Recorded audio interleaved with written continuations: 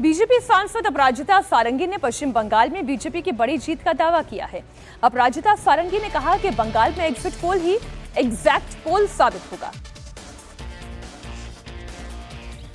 Ma'am, कल से हम देख रहे हैं कि एग्जिट पोल जो आए हैं वो आप लोगों के लिए बड़ी खुशी की बात बता रहे हैं। आप लोगों को कितना भरोसा है बंगाल में कि बीजेपी इस बार वहां आ जाएगी?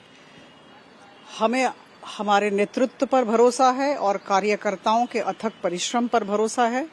योजनाबद्ध तरीके से भारतीय जनता पार्टी पश्चिम बंगाल में काम करती आ रही है और अन्य 4 राज्यों में भी काम करती आ रही है।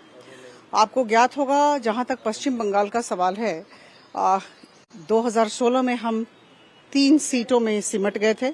उसके बाद 2021 का जब निर्वाचन आया तो हम 77 तक गए और निश्चित तौर पर इस बार हम वहां सरकार बनाएंगे। एग्जिट पोल भी वही कहती है और मैं कह दूं एग्जिट पोल ही एग्जैक्ट पोल होगा।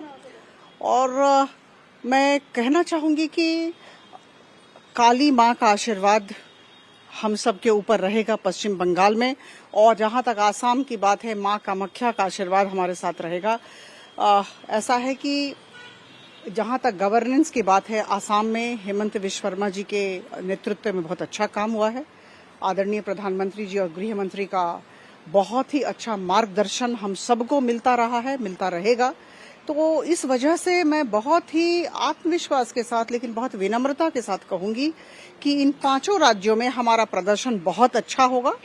और जैसा कि एग्जिट पोल में पता चल रहा है, हमें अच्छी सीटें मिलेंगी और हम निश्चित तौर पर पश्चिम बंगाल में सरकार बनाएंगे, इसमें दो मत नहीं है। जो महिलाओं का इशू है, क्योंकि वहाँ ममता बनर्जी एक महिला मुख्यमंत्री है और अब आप लोगों ने इस मामले को उठाया, अभी महिला आरक्षण का इशू बहुत उठा, ये भी एक फैक्टर रहा है कि आप ये मानते हैं? और महिलाओं का वोट क्या बीजेपी को गया है, ये खबरें आप लोगों के पास है? देखिए, महिलाएं लगातार आदरणीय प्रधानमंत्री मोदी जी को वोट करती आ रही हैं, भारतीय जनता पार्टी के साथ खड़ी है।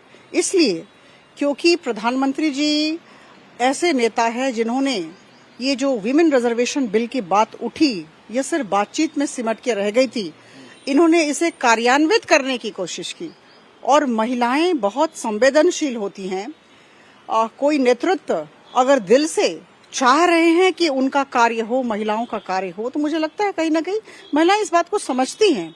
और मैं आपको बताना चाहूंगी, इस बात पर हमारी चर्चा भी बहुत हो चुकी है। 1996 में श्री देवगौड़ा जी ने महिला आरक्षण बिल को आगत किया था, लोकसभा में उपस्थापित किया था, लेकिन उसके बाद 1996 से लेकर 2026 तक लगातार विभिन्न सरकारों ने लिप सर्विस की, बार बार, कभी यहाँ कभी वहां, लेकिन पारित नहीं हुआ था। लेकिन इस बार बहुत दृढ़ इच्छा शक्ति के साथ 27 वर्षों के बाद आदरणीय प्रधानमंत्री जी ने एक फॉर्मूला को रखा सबके समक्ष, गृह मंत्री साहब ने एक फॉर्मूला को रखा हम सबके समक्ष लोकसभा में। तो महिलाएं इस बात को समझती हैं, सराहती हैं और मैं निश्चित तौर पर कहूंगी कि महिलाओं का आशीर्वाद लगातार हम सबके साथ है और रहेगा।